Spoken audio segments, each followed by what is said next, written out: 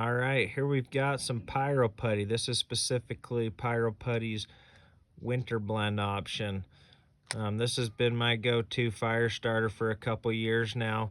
Typically, what I do is I carry around this little canister, and then I also carry this little Pyro Putty lighter.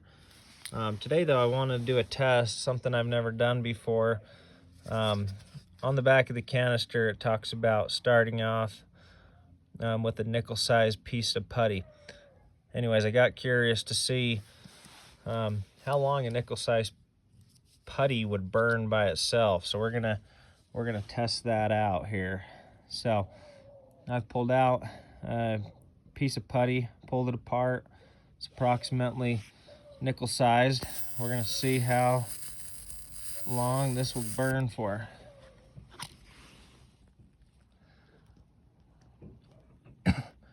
All right, it is now pretty well engulfed. We've got probably about a 3 to 4 inch flame going right now. It's growing just a little bit. We're probably at about 5 inches. It's a pretty good sized flame coming off of just a small little piece of putty.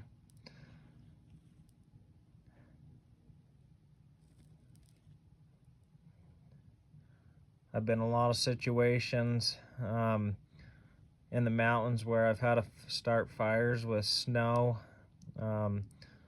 so some wet branches. I've been, similar situations with rain. I've actually had to use Pyro Putty to try to dry off small twigs in order to actually get a fire started.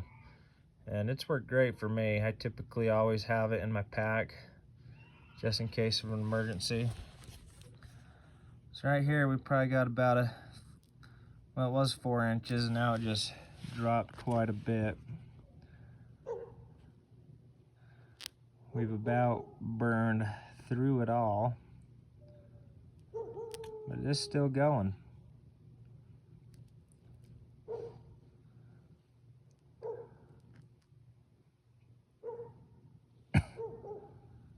And we still got a little flame. It's getting smaller, but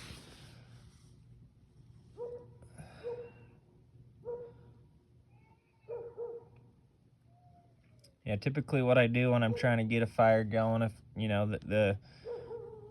the branches I'm using are wet, I typically will just keep adding Pyro Putty. Well, there it ended.